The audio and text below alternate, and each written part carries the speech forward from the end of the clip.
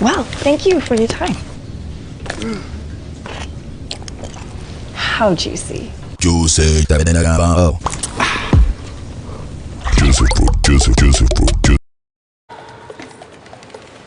Wa, Suzy, hebu kamwone. Yule dem tulikuwa tunaambiwa. Kwani amefanya? Hizi shop zote 3 ni zake.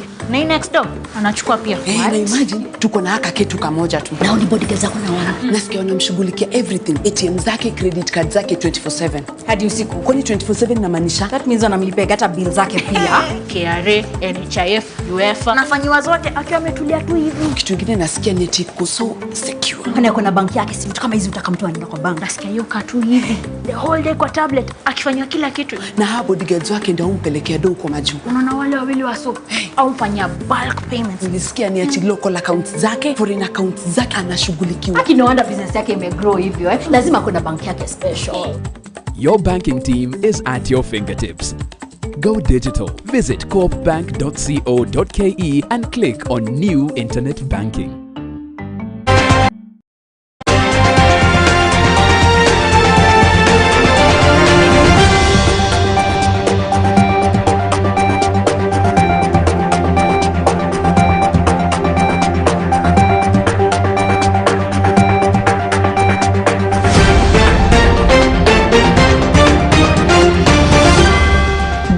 Welcome to Maisha Prime News. My name is Rida Chebet Kering. But first, let's have a look at our top story. Tunaona hii ni msongo wa mawazo kwa sababu hii jamaa ni mtu ana watoto 5, lakini katika watoto amesaka wanawake wangapi? Wanawake 3.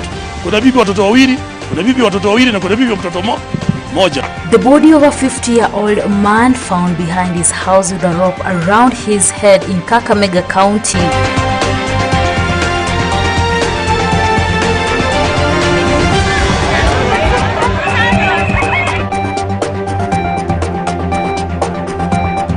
Mother of 6 shocks residents after walking down the aisle stating that she was getting married to Holy Spirit in Makutano, Kapenguria in West Pokot County.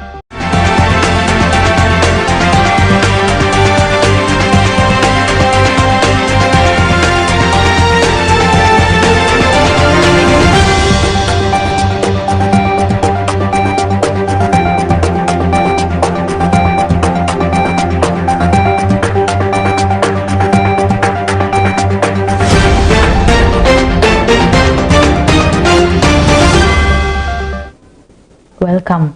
Police in Kakamega County are investigating an incident in which the body of a 50-year-old man was found behind his house with a rope around his head in Kese village in Shinyalu constituency. The lifeless body of Anthony Matego was found behind his house on Tuesday evening. According to neighbors, Anthony was last seen on Tuesday morning before his body was later discovered that day. Ndio mandugu zangu wenye nilikuwa nimepaki nao pia wameanza kukufa, na papa alienda juzi, hata ndio tulikuwa tunataka turudi hapa Jumamosi, lakini nashangaa tumesika baba yake hapa Joseph ni kama 1 month ago sasa. Vile huyu mama amesema hapa. Sasa nchini watoto wake wanaanza kukufa kwa nini na ni mama mzuri? The question of whether he committed suicide or he was killed and his body dumped outside his house will be determined after post-mortem will be conducted to determine the certainty of his death. Tunaona hii ni msongo wa mawazo kwa sababu hii jamaa ni mtu ana watoto 5, lakini katika watoto amesaka wanawake wangapi? Wanawake 3. Kuna bibi watoto 2, kuna bibi watoto 2 na kuna bibi mtoto moja. The body has been taken to Kakamega Referral Mortuary. Maisha TV.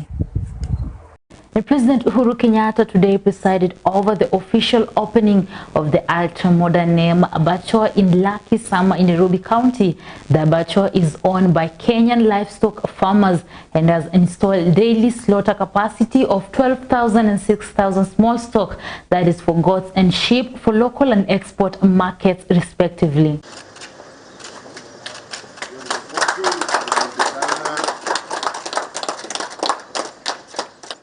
President Uhuru Kenyatta has assured that the government will continue creating a conducive environment for businesses to thrive with the aim of creating jobs and wealth for wananchi.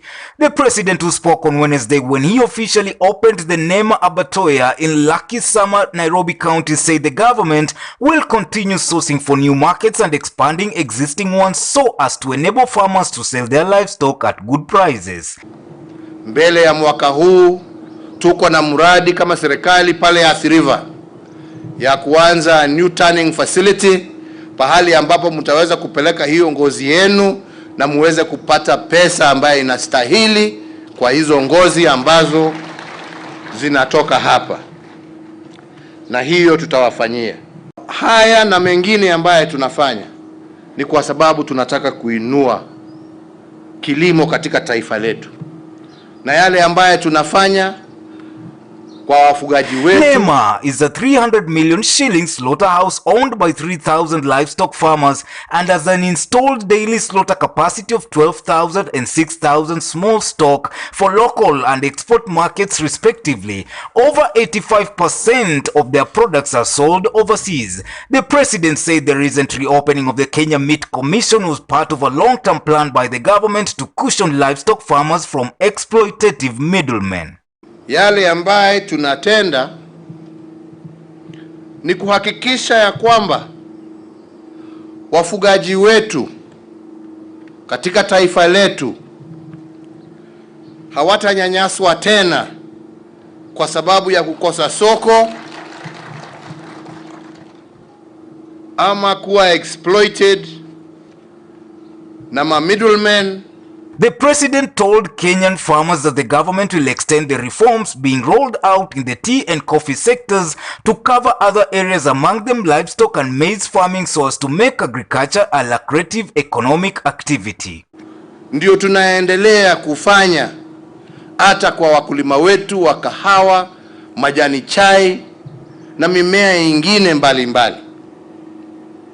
Leo hii kwa sababu ya kazi ambaye waziri hapa ametenda, wakulima wa kahawa wameanza kuona pesa zikirudi mifuko yao, wakulima wa majani chai, na tutaendelea hivyo hivyo kwa wakulima wa mahindi, viazi na mambo yale mengine, kwa sababu hiyo ndio jukumu la serikali. Jukumu la serikali sio kutisha wananchi wake. Jukumu ya serikali sio kuongelesha wananchi wake. Jukumu ya serikali ni kutendea wananchi wake, na hiyo ndio mimi nataka na ndio nitaendelea kufanya. The head of state applauded owners of Nema Abatoya, led by Mr. Mohamed Bonaya, of the consistency and determination that has seen their business expand and provide jobs to many young Kenyans. He encouraged Nema to take advantage of the new Lamu port and set up a similar meat processor in the area for the export market.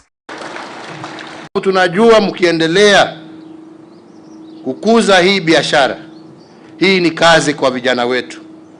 Hii ni pesa kwa mifuko ya wafugaji wetu, na hiyo ndiyo furaha yetu sisi.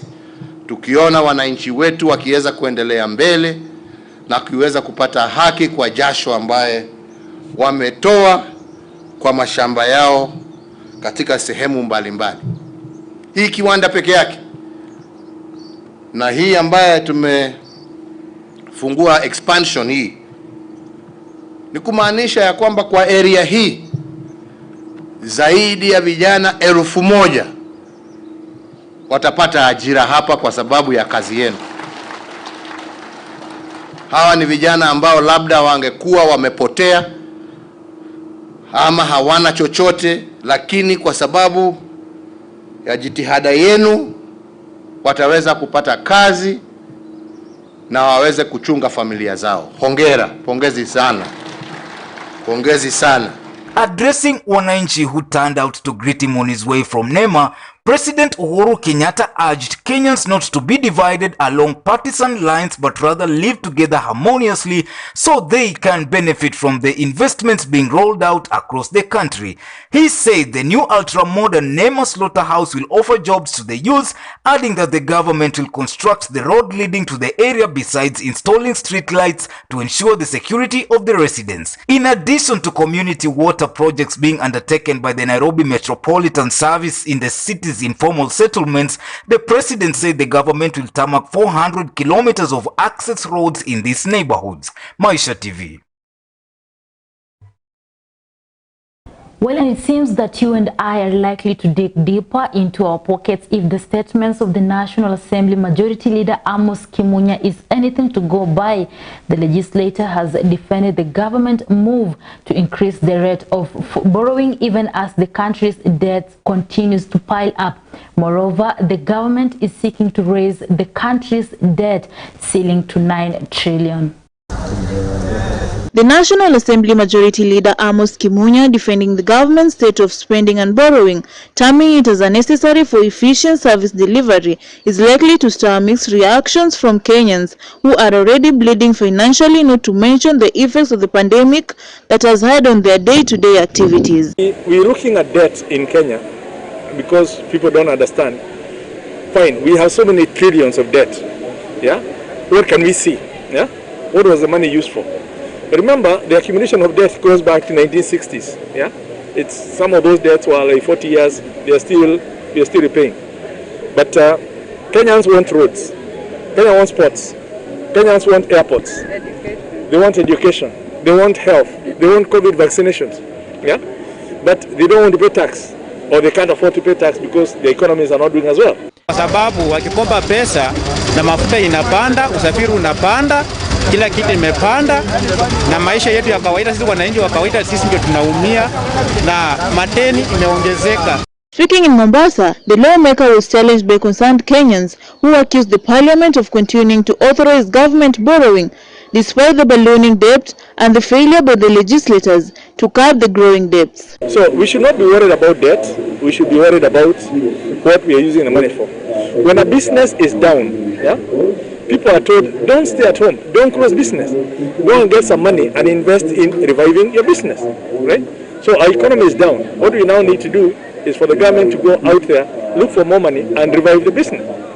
We need more construction going on, more roads being done at this time when things are down, so that the youth can get jobs. I think Parliament has a responsibility to make sure that they look at all sides of the coin in terms of both sides of this debt debate. Moreover, the national government through the National Treasury is seeking to increase the country's debt ceiling to 9 trillion. This comes just over a year since the lawmakers raised the debt ceiling to 6 trillion. Of course, you've heard that there are certain expenditure needs. So this is a balance between what does the country need to spend today, how are we utilizing the money that we have today so that we are not losing, and of course the various priorities. I think we've talked about the need for vaccination so that we can get out of this pandemic. How are we balancing all this? So Parliament must look at all sides of this debate and make sure that they make the right decision and the decision that favors the country. This comes even as the Treasury has announced a 3.6 trillion budget. Economists in the country are maintaining that the budget by the Treasury is overambitious despite the Kenya's economy being battered by the surging pandemic. They fear that various institutions could miss their targets that could give the Treasury a leeway to borrow more money, given that Kenyans are already overtaxed. Unapata kwamba sisi wanafunzi tumeathirika shule, unapata kwamba rent inaendelea kupanda, na hata unapata kwamba kujikimu pia inakuwa ngumu. Reporting for Maisha TV, I'm Mogashane. And aspirants from the United Democratic Alliance Party UDA have called for fairness and transparency during nominations in order to solidify the party ahead of next year's general election.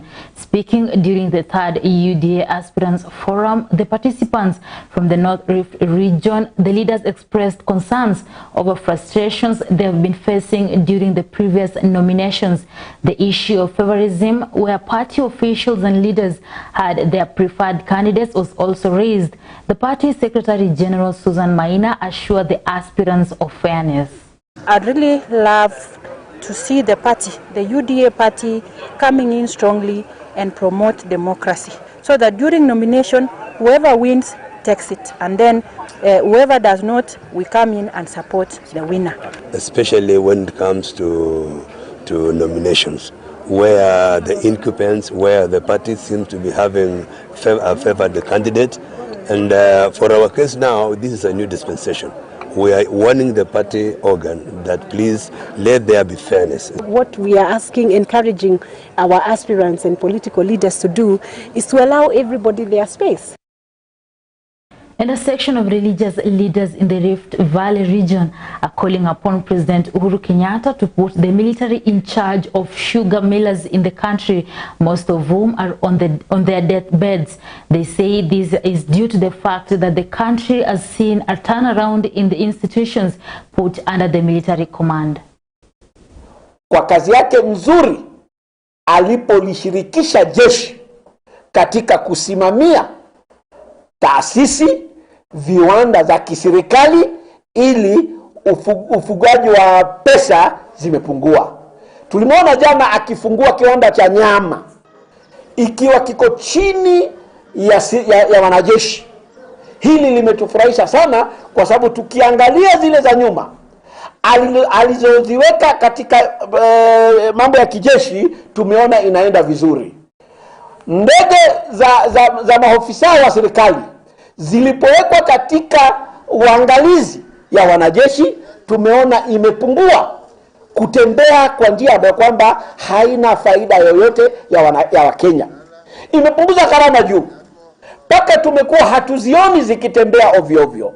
Ni mahala unaweza tumia gari, lakini walikuwa wakitumia ndege, na ukitumia ndege kuruka mara moja tu, ukirudi umetumia pesa nyingi za Wanjiku. Kwa hivyo ni lazima tumpongeze Mheshimiwa Rais kulifikiria swala hili. Taasisi kadhaa kuweka wanajeshi, tumeona Nairobi, tumeona hizo mpaka hii ya nyama. Na kwa kuwa kazi imeonekana mzuri, Waswahili wana msemo, kidole chema huvishwa pete. Sasa tunatoa ombi, kuna hii donda sugu la sukari, miwani, momias, zile zote ambazo ziko katika taasisi ya serikali wafuate mwenendo huo, waokoe viwanda vyetu vya sukari, na kuokoa viwanda vya sukari waeke jeshi wasimamie, kwa sababu usimamizi wao umeonekana uko katika njia nzuri. And we move to Pokot, where a mother of 6 has shocked residents of Makutano town in Kapenguria after walking down the aisle alone and stating that she was getting married to the Holy Spirit. Elizabeth Nalem says the wedding was a response to a call she received from God. In the ceremony, the woman did not take any wedding vows. Instead, the presiding pastor gave a sermon and prayed for her. Let's have a look.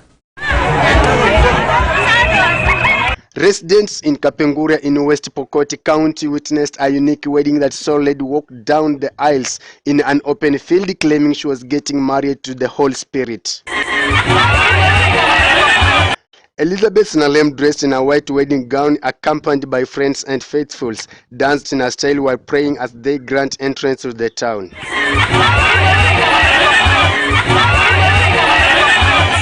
And the bride did not take any wedding vows. Instead, presiding pastor gave a sermon and prayed for her. The movie was ignited by a call she received from God. Mungu aliongea na mimi akasema nini? Mungu akasema nataka kuhubiri neno langu. Na mimi nataka upeleke ujumbe duniani. Hii neto ni yangu. Ninakuwekea. Ninakufunika mpaka chini ili upeleke ujumbe. ngo hii. Pika jalanga unavaa nguo ya fisho. Her husband Joshua Nalem, while speaking outside the venue, says he was shocked by the turn of events and that is why he decided to abandon the matrimonial bed to marry at the church. Joshua said he had earlier warned against doing the wedding and she went on doing it. Hakuna ndoa mbili. Lakini msiangao sana kusema hivyo. Nimekuwa ngumu kwa mimi. Simekwambia mimi sijui maneno. Kwa yangu nimelipa ng'ombe 22 na watoto 6. Mmoja amemaliza kuvoa juzi. Sasa wiko naangalia maneno yake iko naendeleaje. Mimi sijajua. Nalem further claimed she had served the world for many years and she is a changed woman, ready to serve God, and the Holy Spirit dropped her pastor Albert Tumaita, who had to buy the wedding gown for her and escort her to the venue. Kwani wote mimi naweza kwenda kwa sababu sijakataa nyumbani yangu na sijakataa ni mambo ya kanisa. Philip Smith, Maisha TV. And now in Maisha Business News, Equity Group has registered 54% growth in total assets to 1.07 trillion shillings, 58% growth in customer deposits to 790.6 billion shillings, 29% growth in loans to 487.7 billion shillings, and 67% growth in profit before tax to 11.7 billion shillings in the released Equity 2021 first quarter. Well, and that news from Equity Bank. We've come to the end of Maisha Prime News. My name is Rida Chebet Kering. Enjoy the rest of the viewing.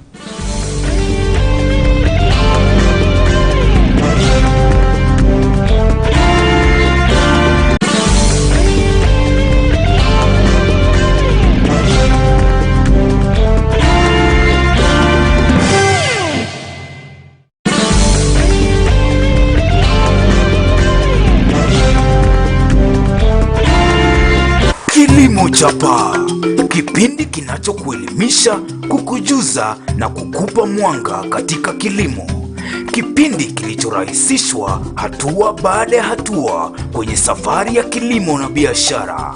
Nia yetu ni kukupa ujuzi kwa njia ya vitendo, haswa kwenye maeneo ya ufugaji, upanzi wa mimea, magonjwa, magugu na hata wadudu. Tunakupa fursa ya kufahamu kilimo kwa kina. Ungana nasi kila siku ya Ijumaa saa 12 jioni katika Kilimo Chapa, makala yako kwenye runinga uipendayo, Maisha TV.